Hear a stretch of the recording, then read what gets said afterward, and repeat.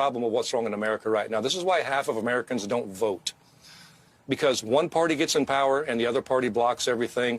The other party gets in power and the other party tries to block everything. And what happens in that process is the people get left behind. So leaders, it's time for leaders to step up and lead. And just because Donald Trump supports tariffs and we didn't support Donald Trump in the election doesn't mean we're going to say, well, because Donald Trump supports it now, we're going to say they're bad. We believe this is the right thing to do at this time, especially for the auto industry. And regardless of political party, we've been clear about this. You know, we don't care what party people come from. Our mission doesn't change. We expect workers' rights to be taken care of. We expect our leaders of this country to look after working class people in this country. And that's what we stand for. There's no flip-flopping. There's no 180. It's just it's having integrity. Oh, my God. Problem isn't. You have praised the auto tariffs here, 25% that went into effect last night. What's your response to what Stellantis did today? You know, there is excess capacity all over this country right now. And Stellantis has excess capacity right in Warren, Michigan, where they're laying people off again. They can move Ram truck production there in very short order, be producing Ram trucks. I'm here in Chattanooga, Tennessee right now at Volkswagen. Volkswagen produces 75% of their vehicles in Mexico. And, you know, there's excess capacity right here at this plant. So Lordstown, Ohio, Lordstown Assembly Plant. I mean, there's plenty of capacity in this country. People forget about the arsenal of democracy and how excess capacity in this country was used to support the war effort and delivered a victory in World War II for America. And so we really have to look at reality and quit using fear tactics and scare tactics and talking about this. I mean, your auto workers, maybe they're happy with the auto tariffs. We saw some of them in the Rose Garden yesterday cheering the president's moves. But what about when they're paying more for food and clothes and electronics? Are they worried about that tonight? Well, I mean, I think everyone's worried about it, but let's talk about the real problem here. The real problem isn't these tariffs. The real problem here is corporate greed. I mean, let's talk about the auto industry. From 2020 to 2023, when they jacked up the price of vehicles 35%, it wasn't because wages went up. It wasn't because of tariffs. People were manipulating and price gouging consumer because of a pandemic that was in place. So, did y'all just hear what this man just said? Keep in mind, this is a Democrat. This is a union guy. This is a guy that supported Kamala Harris. I want to go back and listen. Please listen to what he just said regarding the companies that are running up prices.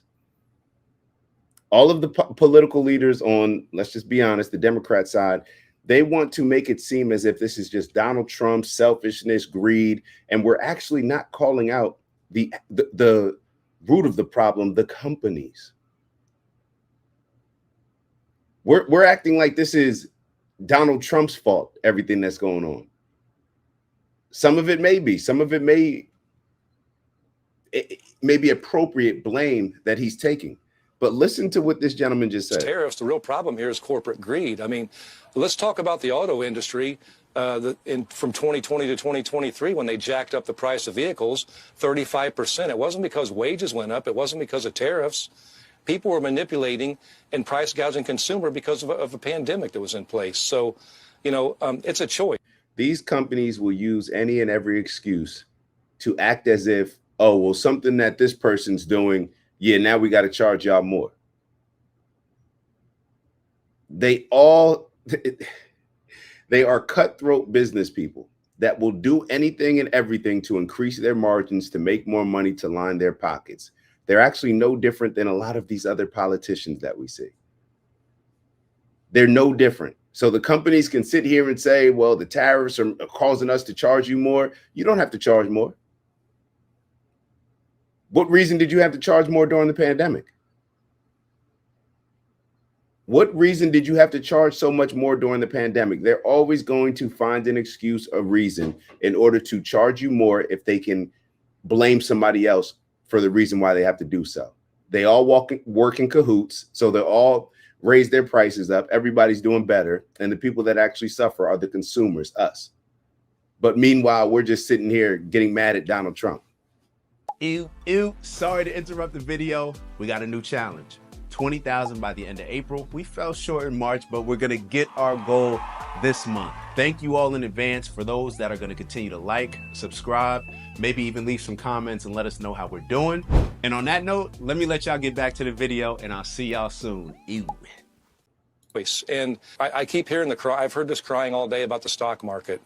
A majority of Americans don't own stock. Working class people, 60% don't have any retirement savings. That's the crisis in this country. That's another funny one. I have so many people reaching out. I'll be totally honest. It says a lot about you. And the reason why I said I got so many people reaching out, a couple people texting me talking about, the stock market crash. Trump is ruining the country. And then they corrected themselves saying, no, he's ruining the world. I'm like, the stock market's crashing. You're upset. You're upset that stocks are on sale right now. That says a lot about you. And it actually makes sense because you don't even own stocks. It's like these people are upset. They don't even own stocks. Oh, it affected my 401k. Well, good thing you don't have to touch that for a very long time. The fact when people sit here and are upset that stock prices have gone on sale, you do not have to take your money out right now. You do not have to take your money out right now. I wish that I had excess money. If I played it a little smarter, would have taken money out when it was high, taken a little bit more out. And then what do? When the stock goes low, you buy more. It's on sale. Everything goes up and down, right? So people being upset that stock prices are low and that it's a quote unquote crash, and which pretty much means that they're on sale at prices that they won't be on sale for a very long time. It's very telling when it comes to our financial literacy overall as a country. People should be excited that stocks are going down and that stocks are significantly down. Matter of fact, Skeeg is on this call. Skeeg just came on and jumped on and said, what's up? He texted me last week. And said, yo, Nike's down. Go buy Nike. I didn't ask any questions. I didn't even research it. I just went and bought Nike. My man said Nike's down. Go buy Nike. So I just bought some Nike. It's going to go back up. Just look at the stock market. It's been very consistent. If you zoom in, this is the problem with zooming in and us having this short-term microwave mentality that we have. When you zoom in, you see a whole lot of this, right? With the stocks. And it's like, oh my gosh, stocks are like, that's it's a risky thing to get involved in because it goes up and down when you zoom in. But what happens when you zoom out? It's a consistent line. The stock market has been very consistent in growing. Very consistent. All right. When you zoom in, it looks like this. But when you zoom out, those don't look as jaggedy, I guess would be the right word. All right, let's keep going. That's what we need to be talking about. And how do we make the trade laws and make these things fairer and bring work back to puts people to work where they can have a decent quality of life. Yeah, and on that retirement comment, that's something Senator Bernie Sanders would agree with you on. But I think some people in the audience watching who've seen you on this show before, heard you talk, especially during the campaign at the Democratic convention and whatnot, they might be surprised to hear you saying, no, I agree with what President Trump is doing on this front. The vice president was actually asked about this earlier tonight, and this was his response to your comments. Listen to this. How funny is it watching Sean Fain, the auto workers union guy, who, by the way, picked the guy who picked the worst horse ever. I mean, you picked Kamala over Trump, and now he's praising the president. I bet you he's got to be embarrassed by his choice in this last election. Well, he trashed us, but we're welcome to have everybody on the team. And Sean Fain recognizes what so many auto workers recognize, which is that President Trump's policies are great. And yes, there is some transition that's going to come along with this, but you're already seeing the evidence that things are getting better. The guy that was interviewing J.D. Vance, he's part of the problem. I got to admit, he's part of the problem. And we all do it. And when I do it, I'm part of the problem. The reason why I'm saying he's part of the problem is because he's laughing at it, where it's like, hey, this guy that voted Kamala, this guy that wanted these things. And it is silly at some times. When you think about how some people voted, and then you have conversations about their principles, their morals, their values, how they feel about certain policies. And you're like, yo, based on what you just told me, why would you vote the way that you voted? So I understand that it can be silly, contradicting. Some people lean more emotional, some people lean more logical. It just is what it is. But I was very impressed with his response and him overall not being caught up in trying to justify things based on who he voted for, because that's what we see happening right now. The people that voted for Kamala Harris, they want Trump to do bad. They want to highlight the things, the glass being half empty rather than half full. And on the other side, of course, the people that voted for Trump, he can't do any wrong. So therefore, you can never have an objective response to any of these things, because people are getting emotional, and because you got one side getting laughed at, so they want to defend themselves. It's just how it goes. It's ego playing a role in all this stuff. But listen to what this gentleman, Sean Fain's response was. What do you make of that? Well, let's be blunt about it. There's a lot of things we disagree with this administration on, like eliminating contracts for, hundreds of thousands of federal workers. But on this issue, we agree on tariffs. And this is what's wrong. This is the problem of what's wrong in America right now. This is why half of Americans don't vote. Because one party gets in power and the other party blocks everything. The other party gets in power and the other party tries to block everything. And what happens in that process is the people get left behind. So leaders, it's time for leaders to step up and lead. And just because Donald Trump supports tariffs and we didn't support Donald Trump in the election doesn't mean we're going to say, well, because Donald Trump supports it now, we're going to say they're bad. We believe this is the right thing to do at this time, especially for the auto industry. And regardless of political party, we've been clear about this. We don't care what party people come from. Our mission doesn't change. We expect workers' rights to be taken care of. We expect our leaders of this country to look after working class people in this country. And that's what we stand for. There's no flip-flopping. There's no 180. It's just it's having integrity. Yeah, I'm a fan of that guy. I don't care what his politics are. I'm a fan of that guy. What he just broke down is exactly what more of us need to hear on both sides. Like, yo, this is why the government doesn't work. And we're going to talk a little bit later about this low-key epiphany that I had about why I think a lot of people are able, or why people are upset, and why you can have these big rallies across the countries with people, in my opinion, who are protesting something that was just built on propaganda. And what I'm talking about is these hands-off protests that we'll get into a little bit later on. I don't want to go to it right now, but the hands-off protests that we're seeing of people saying, Elon Musk, Trump, take your hands off our money. Like, yo, that's exactly what they're doing for the Department of Government Efficiency. We've been spending our money on stuff that we don't even know what it goes towards. We're so accustomed to just paying taxes. It's like we don't even realize, well, hold on, how does this work? Like, why are they taking taxes? Like, what are the benefits here? What are we paying for? We're not even aware of these things. Hold on, do I have a little tissue? I wanted to wipe my lens. But yeah, so I agree with Sean Fain. And when somebody gets in office, it's like, oh, Democrats get in office, Republicans block stuff. Republicans get in office. Then Jasmine Crockett gets asked the question of, hey, do you have actually any policies that you want to push? Or no policies right now. I'm not going to sound like a good politician, but I'm just going to be real. No policies right now. We're just trying to stop what they're doing. It's like, all right, well, the country kind of voted for them to do what they're doing. Now you're trying to stop it, but you're the party of democracy. Got you. All right, so let's move on. Let me take this off the screen. Let's take this off the screen. And Queez wrote, hold on, let me catch up with Queez's comment.